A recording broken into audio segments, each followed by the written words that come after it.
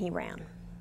Because the pain was so great, you know, like when you just bite your tongue, just the littlest is so painful. Someone goes down on yeah, so the whole sensitive. tongue, yeah. So no matter how big he is or how small I am, or anybody's size, everybody's tongue is equally sensitive because it's vulnerable. So he went like this, and it looked like then his mouth filled up with blood, because when I bit his tongue, I didn't get any blood in my mouth, because I think it retracts, and then he jumped up like that, and his eyes bulged out, and for that moment I thought, now I'm a goner. But that's when he ran to the bushes, and I couldn't believe it. And so I get up, and I stumble, and I start running, and I look for the trowel, I look around, I gotta get that weapon, can't find it, I keep running, and so I just kept running down the trail, down the trail, down the trail. Did you even see, because your eyes... I could see out of one eye. Okay. But my vision was very blurred, and I kept falling. Because, the next day, when I looked at the bruises, the whole face was bruised, but then the rest of the body wasn't that bruised except for my knees, because I kept bashing on rocks. My knees just kept on rocks, but I didn't feel it, and I just kept running and running and running. And finally made it down to the trailhead, and there were 3 guys hiking, and I started screaming, help me, but it was amazing because my voice didn't come out. I couldn't, my voice wouldn't come out of my throat. I couldn't say, help me, so it was like, help me. And but they saw me, and so then they got closer, and then they used their cell phone and called the rangers and the paramedics, and everyone came, and then I knew it was over.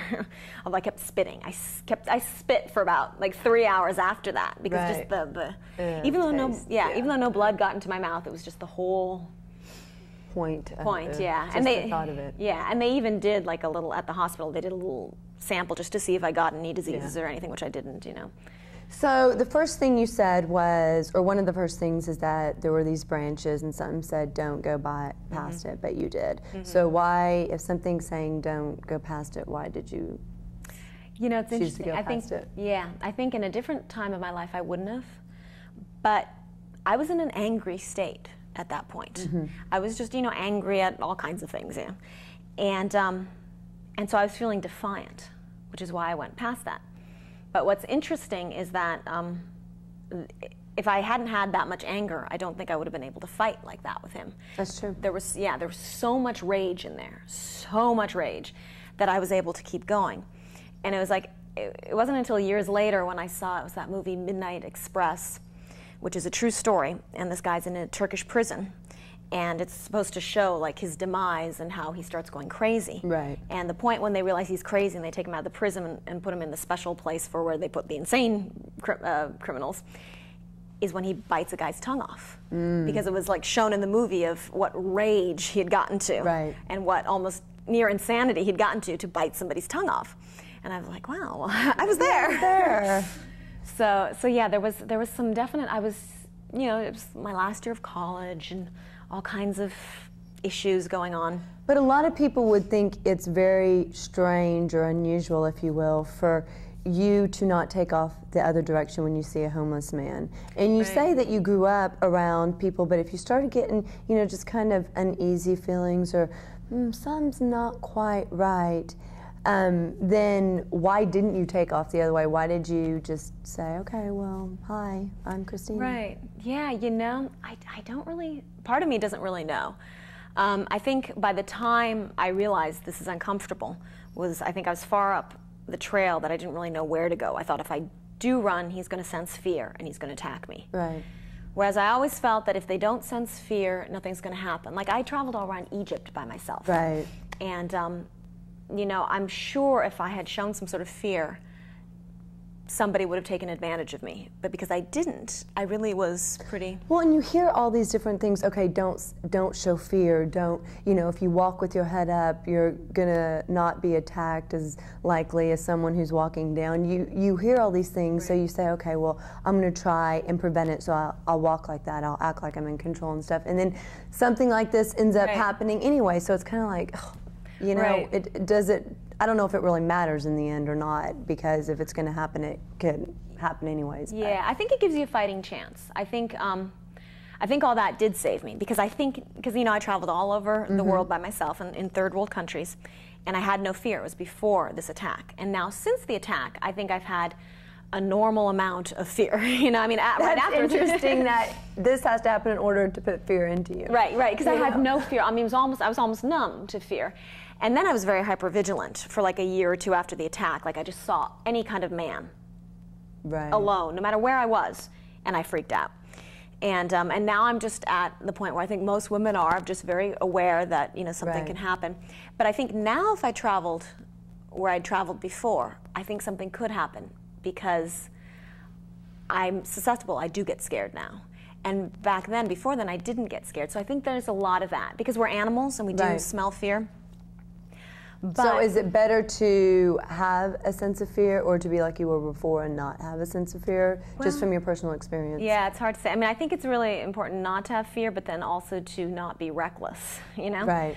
I think it's very important to be confident and show that you're strong, but then not to put yourself in that kind of situation. Like, for example, if somebody is attacked in the city, if a woman's attacked in the city, and she walks, you know, like she's confident, I think that diminishes her chances considerably. Right. But this was out in the wilderness, and so, I mean, I think that if we had been in the city, he would have been done within a couple minutes. He would have run, somebody would have come, I would have screamed loud enough, I would have put up enough of a fight. But the circumstances were different in the situation. Right. So you couldn't do that. Right. But also, you know, you had said, you know, that you were walking with him, you'd introduced yourself. You know, and I'm sure there's people out there saying, okay, why did you do that? Even if you're comfortable around a homeless man, why were you befriending him?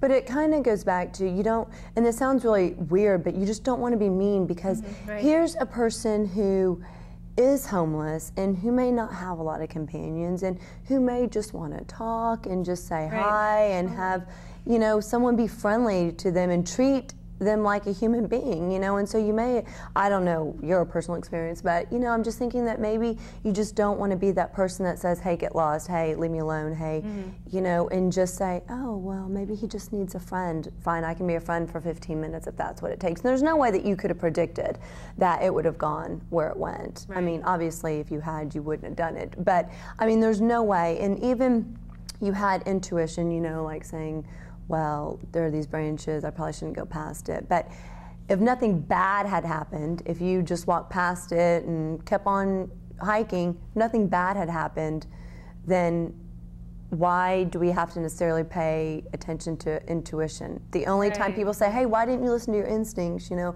is when something bad happens. Right. You know, otherwise you're going to be crazy if, you know, you're listening to your instincts at every time they're going off, you know. But people always say, well, you need to listen to your instincts, and if you don't and something bad happens, then it's like, oh, I should have listened to him. Right, yeah, exactly. And I'm glad you say that, because it's true. I mean, it sounds now kind of funny in retrospect, but when we were sitting there on the rock and I wanted to get away from him, I didn't want to be rude. And you think, in retrospect, well, but you could have lost your life. But at that time, I really didn't think that I would. And also because now I work with homeless people. I do therapy with them. I do theater therapy with actually homeless, mentally ill, substance abuse veterans at the VA hospital.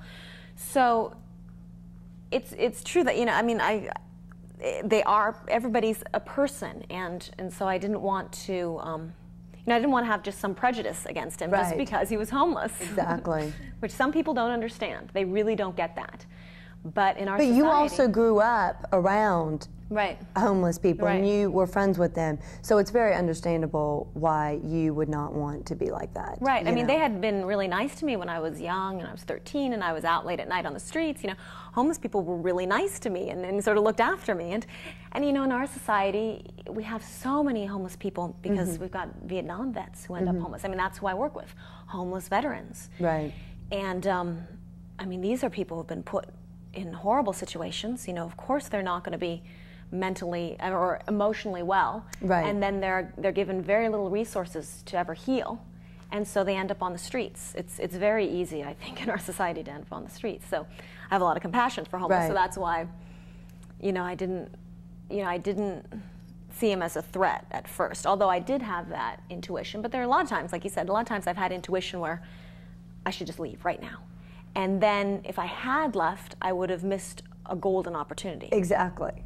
So it's only looked at you know, why didn't you listen to it, is when something bad occurs from it. And Right. I mean, you can't predict something bad's going to happen necessarily, you know. So how can women out there prevent something like this from happening to them?